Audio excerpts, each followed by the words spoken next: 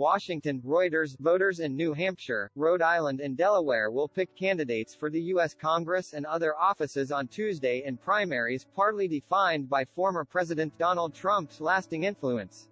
Following are three key races. New Hampshire U.S. Senate, Republican primary. Don Bolduc, a retired U.S. Army general, is the front-runner for the Republican nomination to take on Democratic U.S. Senator Maggie Hassan in a November election that could decide which party controls the Senate. Bolduc has attracted attention for calling New Hampshire's Republican Governor Chris Sununu a Chinese communist sympathizer and for falsely claiming that Trump was the true winner of the 2020 presidential election, echoing Trump's false claim that Democrat Joe Biden won because of fraud. In polls ahead of Tuesday's primary, Bolduc has had double-digit leads over Chuck Morse, president of the state Senate. New Hampshire 1st Congressional District, Republican primary.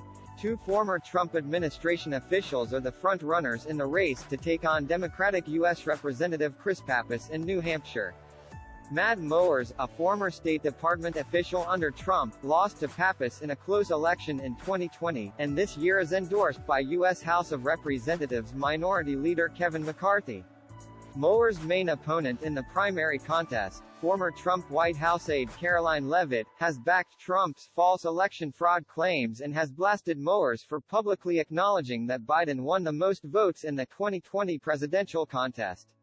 The two were neck and neck in a recent University of New Hampshire poll. Rhode Island 2nd Congressional District, Democratic. The Rhode Island contest is seen by analysts as competitive in November as incumbent Democrat James Langevin is retiring.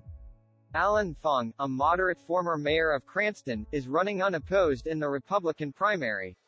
He's disavowed Trump's false election fraud claims and says he would have backed a major gun reform passed by Congress in June.